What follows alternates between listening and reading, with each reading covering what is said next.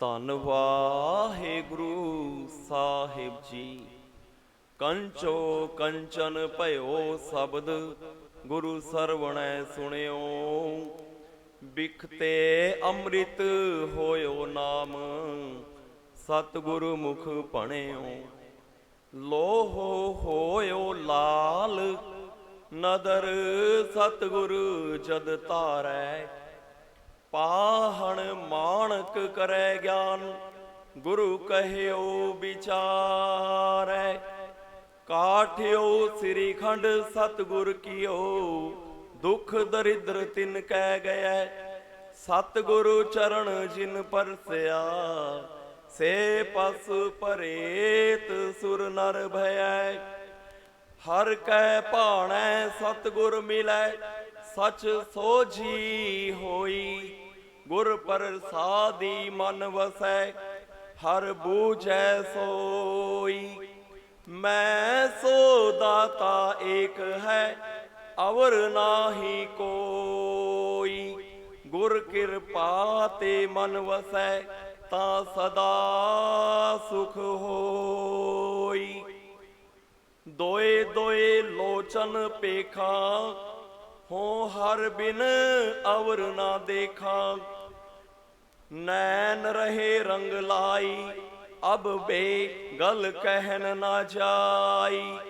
ਹਮਰਾ ਭਰਮ ਗਿਆ ਭਉ ਭਾਗਾ, ਜਬ ਰਾਮ ਨਾਮ ਚਿਤ ਲਾਗਾ। ਪਰਮ ਸਮਾਨਯੋਗ ਚਵਰ ਛਤਰ ਤਖਤ ਦੇ ਮਾਲਿਕ, ਦੋ ਜਹਾਂ ਦੇ ਵਾਲੀ, ਸਭ ਦਾ ਅਵਤਾਰ, ਧੰਨ ਧੰਨ ਸ੍ਰੀ ਗੁਰੂ ਗ੍ਰੰਥ ਸਾਹਿਬ ਜੀ ਮਹਾਰਾਜ ਜੀ ਦੀ ਬਾਰਗਾਹ ਦੇ ਵਿੱਚ ਜੁੜ ਬੈਠੀ ਸਾਧ ਸੰਗਤ ਜੀ। ਧੰਨ ਧੰਨ ਸ੍ਰੀ ਗੁਰੂ ਗ੍ਰੰਥ ਸਾਹਿਬ ਮਹਾਰਾਜ ਜੀ ਦੇ ਚਰਨਾਂ ਵਿੱਚ ਧਿਆਨ ਜੋੜੀਏ। ਆਪਣੇ ਦੋਵੇਂ ਹੱਥ ਜੋੜ ਕੇ ਬੜੇ ਸਤਿਕਾਰ ਨਾਲ ਗੁਰੂ ਜੀ ਨੂੰ ਸੀਸ ਨਿਵਾ ਕੇ ਫਤਿਹ ਬੁਲਾਓ ਜੀ। ਵਾਹਿਗੁਰੂ ਜੀ ਕਾ ਖਾਲਸਾ, ਵਾਹਿਗੁਰੂ ਜੀ ਕੀ ਫਤਿਹ।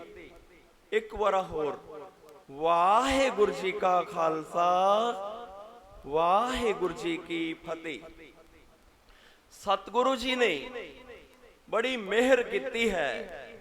ਅੱਜ ਸਾਵਣ ਦਾ ਮਹੀਨਾ ਸਮਾਪਤ ਤੇ ਭਾਦਰੋਂ ਦੇ ਮਹੀਨੇ ਦੀ ਸ਼ੁਰੂਆਤ ਹੈ। ਸਤਿਗੁਰੂ ਜੀ ਨੇ ਭਾਦਰੋਂ ਦਾ ਮਹੀਨਾ ਸਾਡੀ ਝੋਲੀ ਵਿੱਚ ਪਾਇਆ ਹੈ।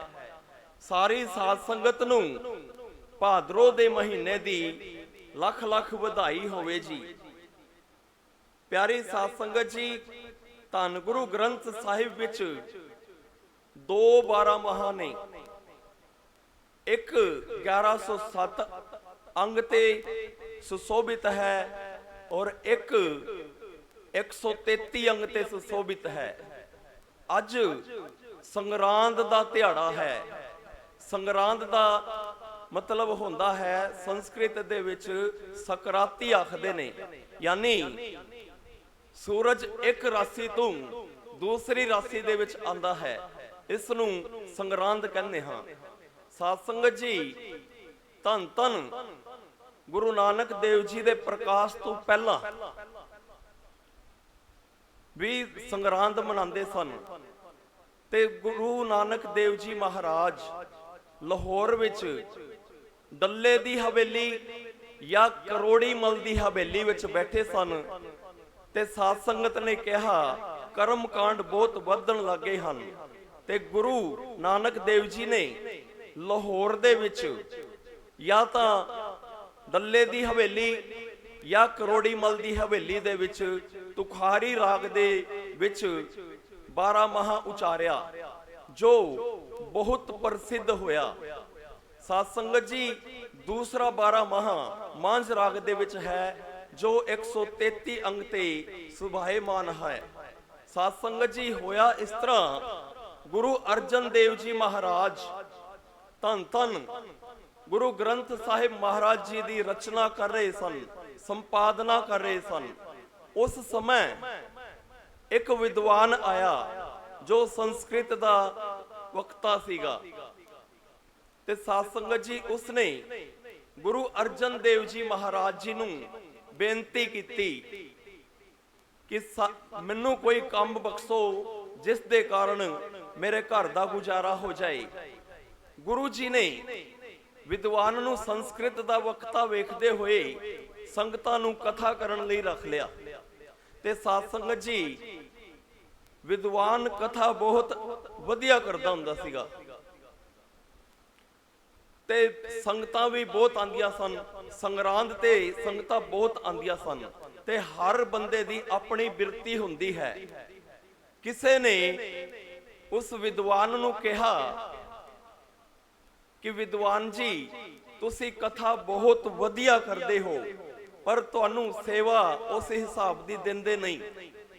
ਤੇ ਅੱਜ ਭਾਦਵੇ ਦਾ ਮਹੀਨਾ ਹੈ। ਭਾਦਵੇ ਮਾਨੇ ਹੁੰਦਾ ਹੈ ਮਨ ਵਿੱਚ ਦੋ ਭਾ।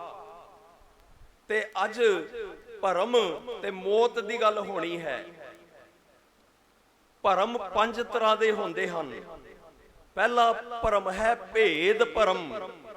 ਕਰਤਾਰ ਨੂੰ ਆਤਮਾ ਦੇ ਰੂਪ ਵਿੱਚ ਜਾਣਨਾ, ਉਸ ਨੂੰ ਮਨ ਲਗਾ ਕੇ ਉਸ ਅਨੇਕ ਤਰ੍ਹਾਂ ਦੇ ਭੇਦ ਉਤਪਨ ਕਰਨੇ ਕਿ ਇਹੋ ਜਿਹਾ ਹੈ, ਇਹੋ ਜਿਹਾ ਹੈ, ਸਾਡੇ ਵਰਗਾ ਹੈ, ਸੰਸਾਰ ਵਿੱਚ ਰਹਿੰਦਾ ਹੈ।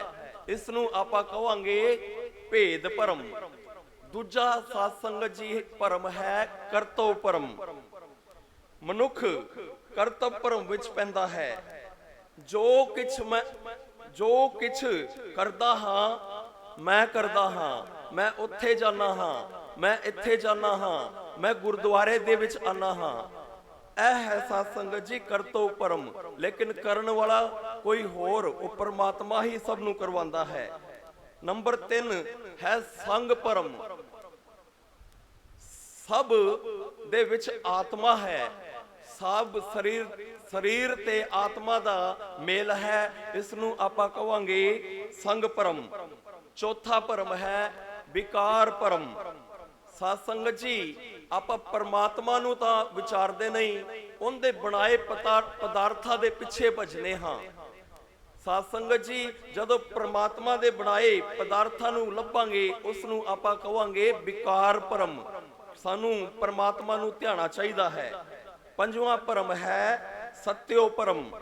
ਪਰਮਾਤਮਾ ਨਾਲ ਦੂਰ ਹੋ ਕੇ ਸੰਸਾਰ ਦੇ ਨਾਲ ਮੋਹ ਜੋੜਨਾ, ਸੰਸਾਰ ਨੂੰ ਸਤ ਕਰਕੇ ਮੰਨਣਾ, ਇਸ ਨੂੰ ਕਹਿੰਦੇ ਹਾਂ ਸਾਧ ਸੰਗਤ ਜੀ ਸਤ ਭਰਮ। ਜਦੋਂ ਉਸ ਵਿਦਵਾਨ ਨੂੰ ਕਿਸੇ ਨੇ ਇਹ ਕਹਿਤਾ ਵੀ ਤੈਨੂੰ ਸੇਵਾ ਘੱਟ ਦੇ ਰਿਹਾ ਹੈ, ਤੇ ਉਸ ਦੇ ਮਨ ਦੇ ਵਿੱਚ ਭਰਮ ਆ ਗਿਆ। ਤੇ ਸਾਧ ਸੰਗਤ ਜੀ, ਅਗਲੀ ਸੰਗਰਾਂਦ ਤੇ ਉਹ ਕਥਾ ਕਰਨ ਹੀ ਨਹੀਂ ਆਇਆ। ਬਾਬਾ ਬੁੱਢਾ ਜੀ ਨੇ ਮੁਖੀ ਸਿੰਘ ਉਸ ਦੇ ਘਰ ਭੇਜੇ, ਉਹ ਕਹਿਣ ਤੋਂ ਬਾਅਦ ਵੀ ਨਹੀਂ ਆਇਆ। ਸੰਗਰਾਂਦ ਵਾਲੇ ਦਿਨ, ਉਸ ਦਿਨ ਭਾਈ ਗੁਰਦਾਸ ਜੀ ਨੇ ਕਥਾ ਕੀਤੀ। ਉਸ ਤੋਂ ਬਾਅਦ ਬਾਬਾ ਬੁੱਢਾ ਜੀ, ਭਾਈ ਗੁਰਦਾਸ ਜੀ ਤੇ ਮੁਖੀ ਸਿੱਖਾਂ ਨੇ ਗੁਰੂ ਅਰਜਨ ਦੇਵ ਜੀ ਮਹਾਰਾਜ ਨੂੰ ਬੇਨਤੀ ਕੀਤੀ ਕਿ ਤੁਖਾਰੀ 12 ਮਹਾ ਬਹੁਤ ਮਹਿੰਗੀ ਬਾਣੀ ਹੈ, ਤੁਸੀਂ ਕੋਈ ਸੌਖੀ ਬਾਣੀ ਉਚਾਰੋ ਜਿਸ ਨੂੰ ਹਰ ਕੋਈ ਪੜ੍ਹ ਲਵੇ ਤੇ ਵਿਆਖਿਆ ਸਮਝ ਆ ਜਾਏ। ਤੇ ਸਾਧ ਸੰਗਤ ਜੀ, ਗੁਰੂ ਅਰਜਨ ਦੇਵ ਜੀ ਮਹਾਰਾਜ ਜੀ ਨੇ ਸੰਗਤਾਂ ਦੀ ਬੇਨਤੀ ਨੂੰ ਮੰਨਦੇ ਹੋਏ ਅੱਜ ਰੋਜ਼ ਕਥਾ ਆਂਦੀ ਹੈ ਅੰਮ੍ਰਿਤਸਰ ਗੁਰਦੁਆਰੇ ਸਾਹਿਬ ਤੋਂ ਮੰਜੀ ਹਾਲ ਦੇ ਵਿੱਚ। ਉੱਥੇ ਇੱਕ ਅਸਥਾਨ ਬਣਿਆ ਹੈ, ਉੱਥੇ ਇੱਕ ਨਿਸ਼ਾਨ ਸਾਹਿਬ ਲੱਗਿਆ ਹੈ ਤੇ ਇੱਕ ਛੋਟਾ ਜਿਹਾ ਕਮਰਾ ਬਣਿਆ ਹੈ। ਸਾਧ ਸੰਗਤ ਜੀ, ਜਦੋਂ ਵੀ ਅੰਮ੍ਰਿਤਸਰ ਜਾਓ ਉਸ ਸਥਾਨ ਦੇ ਦਰਸ਼ਨ ਕਰਕੇ ਆਇਆ ਕਰੋ। ਉੱਥੇ ਬੈਠ ਕੇ ਗੁਰੂ ਅਰਜਨ ਦੇਵ ਜੀ ਮਹਾਰਾਜ ਜੀ ਨੇ 12 ਮਹਾ ਮਾਂਝ ਰਾਗ ਦੇ ਵਿੱਚ ਉਚਾਰਿਆ, ਜੋ 14 ਸ਼ਬਦ ਨੇ। ਅੱਜ ਦਾ 7ਵਾਂ ਸ਼ਬਦ ਹੈ, ਦੇਸੀ ਮਹੀਨੇ ਦਾ 6ਵਾਂ ਸ਼ਬਦ ਹੈ। ਸਾਧ ਸੰਗਤ ਜੀ, ਸੰਗਤ ਵੀ ਨਾ ਵਧੀਆ ਕਰਨੀ ਚਾਹੀਦੀ ਹੈ। ਯਦੀ ਅਸੀਂ ਸੰਗਤ ਕਿਸੇ ਸ਼ਰਾਬੀ ਦੀ ਕਰਾਂਗੇ ਤੇ ਸ਼ਰਾਬੀ ਅਖਵਾਵਾਂਗੇ, ਕਿਸੇ ਜੁਆਰੀ ਦੀ ਕਰਾਂਗੇ ਤੇ ਜੁਆਰੀ ਅਖਵਾਵਾਂਗੇ, ਕਿਸੇ ਅਮਲੀ ਬੰਦੇ ਦੀ ਸੰਗਤ ਕਰਾਂਗੇ ਤੇ ਅਮਲੀ ਅਖਵਾਵਾਂਗੇ। ਤੇ ਸਾਧ ਸੰਗਤ ਜੀ ਗੁਰਦੁਆਰੇ ਆ ਕੇ ਇੱਥੇ ਬੈਠ ਕੇ ਅਸੀਂ ਸੰਗਤ ਗੁਰਬਾਣੀ ਨਾਲ ਜੁੜਾਂਗੇ, ਗੁਰੂ ਦੀ ਉਪਮਾ ਕਰਾਂਗੇ ਤੇ ਕੀ ਅਖਵਾਵਾਂਗੇ? ਸਾਧ ਸੰਗਤ। ਤੇ ਸਾਧ ਸੰਗਤ ਜੀ ਬੇਨਤੀ ਹੈ ਆਪ ਵੀ ਆਓ ਤੇ 4-5 ਜਣਿਆਂ ਨੂੰ ਨਾਲ, ਇੱਕ ਜਣਾ ਲੈ ਕੇ ਆਇਆ ਕਰੋ। ਆਪ ਦਾ ਜਨਮ ਵੀ ਸੁਹੇਲਾ ਹੋਵੇ ਤੇ ਅਗਲੇ ਦਾ ਵੀ ਹੋਵੇ। ਸਾਰੇ ਇਕਾਗਰ ਚਿਤ ਹੋ ਜਾਓ। ਪ੍ਰਭ ਕੀ ਸਿਮਰਨ ਕਰੋ ਦਿਨ ਰਾਤ, ਸਾਵਧਾਨ ਇਕਾਗਰ ਚਿਤ। ਸਾਰੇ ਇਕਾਗਰ ਚਿਤ ਹੋ ਕੇ ਹੁਣ ਆਪਾਂ ਅੱਜ ਦੇ ਮਹੀਨੇ ਦਾ ਸ਼ਬਦ ਤੇ ਵਿਚਾਰ ਕਰਾਂਗੇ। ਇੱਕ ਵਾਰਾ ਸਾਰੇ ਬੋਲੋ ਸਤਨਾਮ।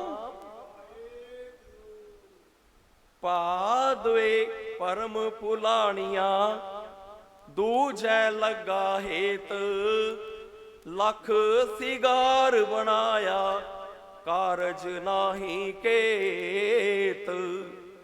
ਜਿਤ ਦਿਨ ਦੇਹ ਬਿਨਸ ਸੀ, ਤਿਤ ਵੇਲੇ ਕੈਸਨ ਪ੍ਰੇਤ। ਪਕੜ ਚਲਾਇਨ ਦੂਤ ਜਮ, ਕਿਸੈ ਨਾ ਦੇਨੀ ਭੇਤ। ਛੱਡ ਖੜੋ ਤੇ ਖਿਨੈ ਮਾਹੀ, ਜਿਨ ਸੋ ਲੱਗਾ ਹੇਤ। ਹੱਥ ਮਰੋੜੈ ਤਨ ਕਪੇ, ਸਿਆਹੂ ਹੋਆ ਸੇਤ। ਜੇ ਹਾ ਬੀਜੈ ਸੋ ਲੁਣੈ, ਕਰਮਾ ਸੰਦੜਾ ਖੇਤ। ਨਾਨਕ ਪ੍ਰਭ ਸਰਣਾਗਤੀ, ਨਾਨਕ ਪ੍ਰਭ ਸਰਣਾਗਤੀ। ਚਰਨ ਬੋਹਤ ਪ੍ਰਭ ਦੇਤ। ਸੇ ਭਾਦਵੇ ਨਰਕ ਨਾ ਪਾਈਐ, ਗੁਰ ਰਖਣ ਵਾਲਾ ਹੇਤ। ਨਾਨਕ ਪ੍ਰਭ ਸਰਣਾਗਤੀ, ਚਰਨ ਬੋਹਤ ਪ੍ਰਭ ਦੇਤ। ਸੇ ਭਾਦਵੇ ਨਰਕ ਨਾ ਪਾਈਐ, ਗੁਰੂ ਰਖਣ ਵਾਲਾ ਹੇਤ। ਭਾਦਵੇ ਭਰਮ ਭੁਲਾਣੀਆਂ, ਦੂਜੈ ਲੱਗਾ ਹੇਤ। ਲੱਖ ਸਿਗਾਰ ਬਣਾਇਆ, ਕਾਰਜ ਨਾਹੀ ਕੇਤ। ਗੁਰੂ ਦੇ ਪਿਆਰਿਓ, ਜੇ ਕੋਈ ਭਰਮ ਵਾਲਾ ਪੁਰਸ਼ ਆਪਣੇ ਪਿਆਰੇ ਤੋਂ ਬਿਨਾ ਕਿਸੇ ਹੋਰ ਵਿੱਚ ਪਿਆਰ ਪਾ ਲਵੇ, ਦੂਜੈ ਲੱਗਾ ਹੇਤ, ਤਾਂ ਉਸ ਦੇ ਪਿਆਰ ਨੂੰ ਸੱਚਾ ਪਿਆਰ ਨਹੀਂ ਆਖਿਆ ਜਾ ਸਕਦਾ। ਆਪਣੇ ਵੱਲੋਂ ਆਏ ਸੁਖ ਨੂੰ ਤਾਂ ਹੱਸ ਕੇ ਕਬੂਲ ਕਰੇ, ਪਰ ਦੁੱਖ ਨੂੰ ਵੇਖ ਕੇ ਘਾਬਰ ਜਾਏ, ਉਸ ਸੱਚੇ ਪਿਆਰ ਨੂੰ ਕਿਹਾ ਨਹੀਂ ਜਾ ਸਕਦਾ। ਕਿਉਂਕਿ ਉਹ ਲੇਖੇ ਗਿਣ ਗਿਣ ਕੇ ਪਿਆਰ ਦੀ ਸਾਂਝ ਬਣਾਉਂਦਾ ਹੈ। ਉਹ ਭਟਕਣਾ ਦੇ ਕਾਰਨ ਜੀਵਨ ਦੇ ਸਹੀ ਰਸਤੇ ਤੋਂ ਭਟਕ ਜਾਂਦਾ ਹੈ।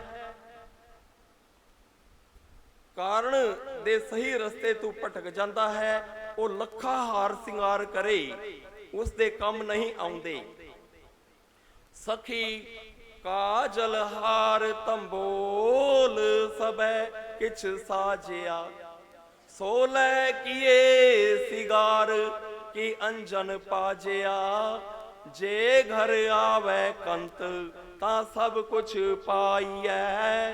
ਹਰਿਆ ਕੰਤੈ ਬਾਜ ਸਿਗਾਰ ਸਭ ਬਿਰਥਾ ਜਾਈਐ। ਗੁਰੂ ਜੀ ਸਮਝਾਉਂਦੇ, ਹੇ ਸਖੀ ਕਾਜਲ ਹਾਰ ਪਾਣ ਇਹ ਸਭ ਤਿਆਰ ਕਰ ਲੈ, 16 ਸਿੰਗਾਰ ਵੀ ਕਰ ਲੈ।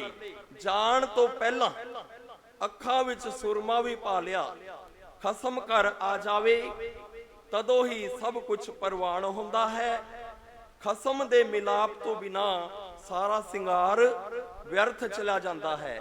ਇਹੀ ਹਾਲ ਸਾਡੀ ਜੀਵ ਇਸਤਰੀ ਦਾ ਹੈ, ਯਾਨੀ ਸਾਡੀ ਆਤਮਾ ਦਾ ਹੈ, ਜੋ ਬਿਨਾ ਇਸ ਪਦਾਰਥਾਂ ਦੇ ਵਿੱਚ ਭਟਕਦੇ ਰਹਿੰਦੇ ਨੇ ਤੇ ਜੀਵਨ ਵਿਅਰਥ ਚਲਾ ਜਾਂਦਾ ਹੈ। ਜਿਤ ਦਿਨ ਦੇਹ ਬਿਨਸ ਸੀ, ਤਿਤ ਵੇਲੇ ਕਹਿ ਸਨ ਪ੍ਰੇਤ। ਪਕੜ ਚਲਾਇਨ ਦੂਤ ਜਮ, ਕਿਸੈ ਨਾ ਦੇਨੀ ਭੇਤ। ਜਿਸ ਦਿਨ ਮਨੁੱਖ ਦਾ ਸਰੀਰ ਨਾਸ ਹੋਏਗਾ, ਜਦੋਂ ਮਨੁੱਖ ਮਰ ਜਾਏਗਾ, ਉਸ ਵੇਲੇ ਸਾਕ ਸੰਬੰਧੀ ਆਖਣਗੇ ਇਹ ਗੁਜ਼ਰ ਗਿਆ ਹੈ। ਲੋਥ ਐ ਪਵਿੱਤਰ ਪਈ ਹੈ, ਇਸ ਨੂੰ ਛੇਤੀ ਬਾਹਰ ਲੈ ਕੇ ਚੱਲੋ। ਜਮਦੂਤ ਜਿੰਦ ਨੂੰ ਫੜ ਕੇ ਅੱਗੇ ਲਾ ਲੈਂਦੇ ਹਨ। ਕਿਸੇ ਨੂੰ ਇਹ ਭੇਤ ਨਹੀਂ ਦੱਸਦੇ ਕਿ ਕਿੱਥੇ ਲੈ ਚੱਲੇ ਹਾਂ। ਅਨਕ ਜਤਨ ਕਰ ਕਾਲ ਸੰਤਾਏ, ਮਰਨ ਲਿਖਾਏ ਮੰਡਲ ਮਹਿ ਆਏ। ਜਨਮ ਪਦਾਰਥ ਦੁਬਿਧਾ ਖੋਵੈ, ਆਪ ਨਾ ਚੀਨਸ ਪ੍ਰਮ ਪ੍ਰਮ ਰੋਵੈ। ਅਨੇਕਾਂ ਪਦਾਰਥਾਂ ਦੀ ਭਾਲ ਵਿੱਚ ਮਨੁੱਖ ਆਪਣਾ ਜੀਵਨ ਭਟਕਣਾ ਦੇ ਵਿੱਚ ਗੁਜ਼ਾਰ ਦਿੰਦਾ ਹੈ। ਇਸ ਜਗਤ ਦੇ ਪਦਾਰਥਾਂ ਨੂੰ ਹੀ ਮੰਨਣ ਵਿੱਚ ਲੱਗਿਆ ਰਹਿੰਦਾ ਹੈ। ਪਰਮਾਤਮਾ ਦਾ ਸਿਮਰਨ ਕਰਦਾ ਨਹੀਂ, ਹੋਰ ਆਸਰੇ ਭਾਲਦਾ ਰਹਿੰਦਾ ਹੈ। ਅਮੋਲਕ ਮਨੁੱਖਾ ਜਨਮ ਗਵਾ ਲੈਂਦਾ ਹੈ, ਕਿਉਂਕਿ ਧਰਤੀ ਤੇ ਇਸ ਦਾ ਜਨਮ ਹੋਣ ਤੋਂ ਪਹਿਲੇ ਇਸ ਦੇ ਮੱਥੇ ਦੇ ਉੱਤੇ ਇਹਦੀ ਮੌਤ ਬਾਰੇ ਲਿਖਿਆ ਜਾਂਦਾ ਹੈ। ਬਗਲੇ ਦੀ ਤਰ੍ਹਾਂ ਛੱਪੜੀ ਦੇ ਵਿੱਚ ਵੜਿਆ ਰਹਿੰਦਾ ਹੈ ਤੇ ਡੱਡੂ ਮੱਛਲੀਆਂ ਦਾ ਕਲੋਲ ਕਰਦਾ ਰਹਿੰਦਾ ਹੈ। ਸਾਧ ਸੰਗਤ ਜੀ, ਪਰਮਾਤਮਾ ਦਾ ਨਾਮ ਜਪਣਾ ਚਾਹੀਦਾ ਹੈ, ਵਾਹਿਗੁਰੂ ਦਾ ਸਿਮਰਨ ਕਰਨਾ ਚਾਹੀਦਾ ਹੈ। ਛੱਡ ਖਲੋਤੇ ਖਿਨੈ ਮਾਹੀ, ਜਿਨ ਸੋ ਲੱਗਾ ਹੇਤ। ਹੱਥ ਮਰੋੜੈ ਤਨ ਕਪੇ, ਸਿਆਹੂ ਹੋਵਾ ਸੇਤ। ਜਿਨ੍ਹਾਂ ਸੰਬੰਧੀਆਂ ਨਾਲ ਪਿਆਰ ਬਣਾਇਆ ਹੁੰਦਾ ਹੈ, ਉਹ ਪਲ ਵਿੱਚ ਹੀ ਸਾਥ ਛੱਡ ਜਾਂਦੇ ਹਨ। ਮੌਤ ਆਈ ਵੇਖ ਕੇ ਮਨੁੱਖ ਬੜਾ ਪਛਤਾਉਂਦਾ ਹੈ, ਕਿਉਂਕਿ ਸੰਸਾਰ ਦੇ ਵਿੱਚ ਪਦਾਰਥਾਂ ਦੇ ਵਿੱਚ ਪਿਆ ਹੁੰਦਾ ਹੈ ਨਾ, ਉਸ ਦਾ ਸਰੀਰ ਔਖਾ ਹੁੰਦਾ ਹੈ, ਉਹ ਕਾਲੇ ਤੋਂ ਚਿੱਟਾ ਹੁੰਦਾ ਹੈ। ਘਬਰਾਹਟ ਨਾਲ ਇੱਕ ਰੰਗ ਆਂਦਾ ਹੈ, ਇੱਕ ਰੰਗ ਜਾਂਦਾ ਹੈ। ਆਪਣੇ ਕਰਤਵ ਆਪੇ ਜਾਣੈ, ਜਿਨ ਇਹ ਰਚਨ ਰਚਾਇਆ। ਕੋਹ ਨਾਨਕ ਕਰਨ ਹਾਰ ਹੈ ਆਪੇ, ਸਤਿਗੁਰੂ ਭਰਮ ਚੁਕਾਇਆ। ਪਰਮਾਤਮਾ ਨੇ ਜਗਤ ਰਚਿਆ ਹੈ, ਉਹ ਆਪ ਆਪਣੇ ਕੰਮਾਂ ਨੂੰ ਜਾਣਦਾ ਹੈ, ਉਹ ਆਪ ਸਭ ਕੁਝ ਕਰਨ ਦੇ ਸਮਰੱਥਾ ਰੱਖਦਾ ਹੈ। ਅਗਿਆਨੀ ਮੂਰਖ ਮਨੁੱਖ ਮਲਕੀਅਤਾਂ ਪਦਾਰਥਾਂ ਦੀ ਲਾਲਸਾ ਦਾ ਮਾਣ ਕਰਦਾ ਹੈ, ਆਪਣੀ ਜ਼ਿੰਦਗੀ ਵਿਅਰਥ ਭਟਕਣਾ ਦੇ ਵਿੱਚ ਫਿਰਦਾ ਰਹਿੰਦਾ ਹੈ। ਜੇ ਹਾ ਬੀਜੈ ਸੋ ਲੁਣੈ, ਕਰਮਾ ਸੰਦੜਾ ਖੇਤ। ਨਾਨਕ ਪ੍ਰਭ ਸਰਣਾਗਤੀ, ਚਰਨ ਬੋਹਤ ਪ੍ਰਭ ਦੇਤ। ਸੇ ਭਾਦਵੇ ਨਰਕ ਨਾ ਪਾਈਐ, ਗੁਰੂ ਰੱਖਣ ਵਾਲਾ ਹੇਤ। ਇਹ ਸਰੀਰ ਮਨੁੱਖ ਦੇ ਕੀਤੇ ਕਰਮਾਂ ਦਾ ਖੇਤ ਹੈ। ਜੋ ਕੁਝ ਮਨੁੱਖ ਇਸ ਵਿੱਚ ਬੀਜਦਾ ਹੈ, ਉਹੀ ਫਸਲ ਵੱਢਦਾ ਹੈ। ਜਿਹੋ ਜੇ ਕਰਮ ਕਰਦਾ ਹੈ, ਉਹੋ ਜੇ ਫਲ ਪਾਉਂਦਾ ਹੈ। ਗੁਰੂ ਜੀ ਸਮਝਾਉਂਦੇ, ਜਿਨ੍ਹਾਂ ਦਾ ਰਾਖਾ ਤੇ ਹੇਤੂ ਗੁਰੂ ਬਣਦਾ ਹੈ, ਉਹ ਨਰਕ ਵਿੱਚ ਨਹੀਂ ਪਾਏ ਜਾਂਦੇ। ਗੁਰੂ ਦੀ ਕਿਰਪਾ ਨਾਲ ਉਹ ਪ੍ਰਭੂ ਦੀ ਸ਼ਰਨ ਵਿੱਚ ਆ ਜਾਂਦੇ ਹਨ। ਗੁਰੂ ਉਹਨਾਂ ਨੂੰ ਪ੍ਰਭੂ ਦੇ ਚਰਨ ਬਹੁਤ ਮਨੇ ਜਹਾਜ਼, ਚਰਨਾਂ ਦੇ ਬਹੁਤ ਜਹਾਜ਼ ਦੇ ਵਿੱਚ ਚੜਾ ਦਿੰਦਾ ਹੈ। ਤਾਤਪਰਯ ਇਹ ਹੈ, ਜਿਵੇਂ ਖੇਤ ਵਿੱਚ ਜੋ ਕੁਝ ਅਸੀਂ ਬੀਜੀਏ ਉਹੀ ਫਸਲ ਵੱਢ ਸਕੀਦੀ ਹੈ, ਉਸੇ ਤਰ੍ਹਾਂ ਇਸ ਸਰੀਰ ਦੇ ਰਾਹੀਂ ਜਿਹੋ ਜੇ ਪੁਰਸ਼ ਕਰਮ ਕਰਦਾ ਹੈ, ਉਹੋ ਜੇ ਸੰਸਕਾਰ ਉਸ ਦੇ ਮਨ ਵਿੱਚ ਇਕੱਠੇ ਹੁੰਦੇ ਜਾਂਦੇ ਹਨ। ਦੁਨੀਆ ਦੇ ਪਦਾਰਥਾਂ ਨਾਲ ਪਾਇਆ ਪਿਆਰ ਪੁਰਸ਼ ਨੂੰ ਸਾਰੀ ਉਮਰ ਪੁਰਾਏ ਪਾਈ ਰੱਖਦਾ ਹੈ। ਦੁਨੀਆ ਦੇ ਪਦਾਰਥਾਂ ਵਾਲਾ ਸਾਥ ਆਖਿਰ ਨੂੰ ਮੁੱਕ ਜਾਂਦਾ ਹੈ। ਗੁਰੂ ਦੀ ਸ਼ਰਨ ਪੈ ਕੇ ਪ੍ਰਭੂ ਦੇ ਚਰਨਾਂ ਦਾ ਪਿਆਰ ਹੀ ਅਸਲੀ ਸਾਥੀ ਹੈ, ਅਸਲੀ ਸੁਖਦਾਈ ਹੈ। ਸਾਧ ਸੰਗਤ ਜੀ, ਖੇਤ ਦੇ ਵਿੱਚ ਅਸੀਂ ਬੀਜ ਇੱਕ ਬੋਨੇ ਹਾਂ, ਉਹੀ ਫਸਲ ਬਣ ਕੇ ਵੱਡਾ ਹੁੰਦਾ ਹੈ, ਉਸ ਦੇ ਵਿੱਚ ਹੀ ਸਾਨੂੰ ਫਸਲ ਮਿਲੇਗੀ। ਤੇ ਸਾਧ ਸੰਗਤ ਜੀ, ਅਸੀਂ ਆਤਮਾ ਹਾਂ, ਜੀਵ ਆਤਮਾ। परमात्मा दी अंश ते एक परमात्मा दे नाल जुड़ना चाहिदा है। उनदे नाल असीं जुड़ांगे ते नरकां विच नहीं पवांगे, उनदे चरणां दे विच जगह मिलेगी।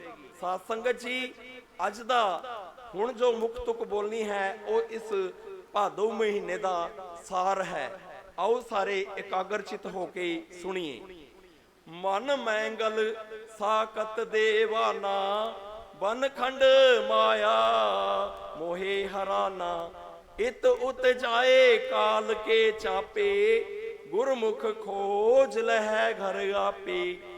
बिन गुर शब्द मन नहीं ठौरा, सिमरो राम नाम गत निर्मल। अवर त्यागो हो मैं कौरा। गुरु दे सिमरन नूं छड्ड के मनुख दा मन माया विकार कारण पागल हाथी। पागल हाथी किस नूं कहांगे? साध संगत जी, सब तो काम वासना दे विच हाथी गिणिया जांदा है। जिस नूं शिकारी फड़दा है ते एक खड्डा बनाया जांदा है, उत्थे एक नकली हाथ नहीं खड़ी कर दी जाती है। ते साध संगत जी, हाथी नूं उधर भेजा जाता है, डंडे मारे जाते ने ते ओ खड्डे दे विच डिग जाता है। फिर उसनूं शिकारी डंडे मार मार के काबू विच कर लेंदा है। सब तो तकड़ा हाथी है, लेकिन काम वासना दे कारण फस जाता है। ते साध संगत जी, वाहिगुरु दा सिमरन कीता करो, उस दे नाल साडी तन दी मैल कटेगी ते असी परमात्मा दे चरणां दे विच पहुंचांगे। साध संगत जी, बस इत्थे ही विचारां नूं संकोचना है ते 2 मिनट दे लई वाहिगुरु सिमरन करना है। होईयां गलतियां साध संगत जी माफ करना। आओ हुण 2 मिनट दे लई वाहिगुरु सिमरन करिए।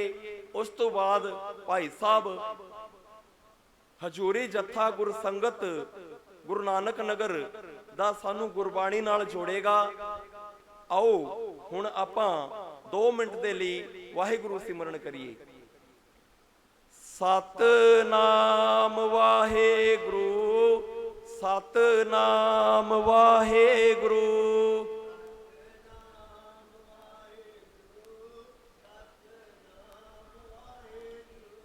सतनाम वाहिगुरु, सतनाम वाहिगुरु।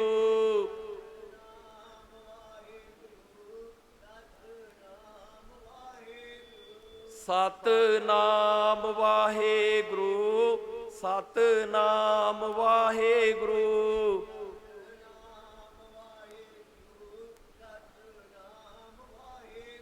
वाहिगुरु सिमरन असी ना चौकड़ी मार के करना चाहिए है। अपनी चपलिया ते हाथ रख लो ते सिर्फ आपा 2 मिनट वाहिगुरु ही जपना है। साध संगत जी, बहुत आनंद आएगा, करके देखो। चौकड़ी मार लो सारे ते चपड़ियां ते हाथ रख लो। वाहिगुरु, वाहिगुरु,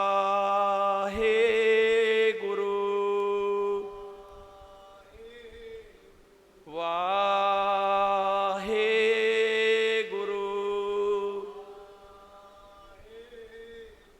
वाहिगुरु,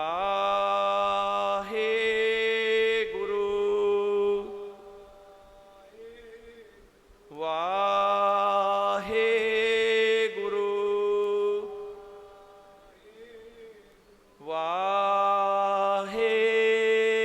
वाहिगुरु,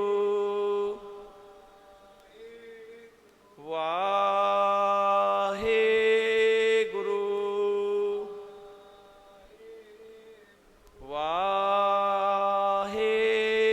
वाहिगुरु,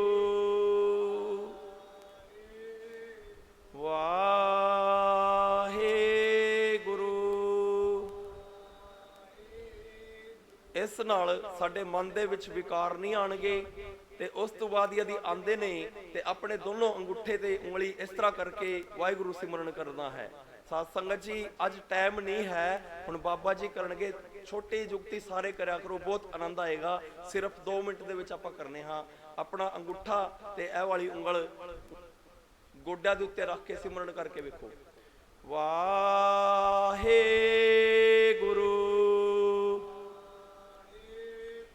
ਵਾਹਿਗੁਰੂ ਵਾਹਿਗੁਰੂ।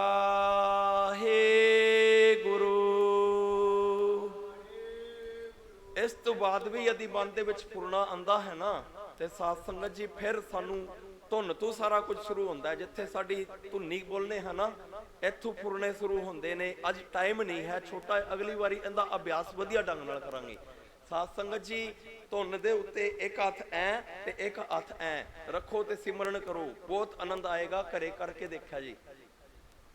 ਵਾਹਿਗੁਰੂ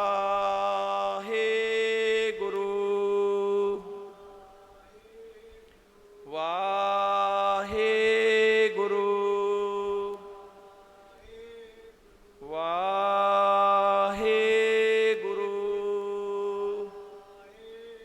ਵਾਹਿਗੁਰੂ ਵਾਹਿਗੁਰੂ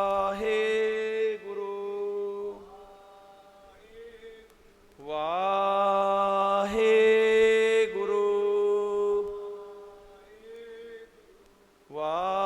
ਵਾਹਿਗੁਰੂ।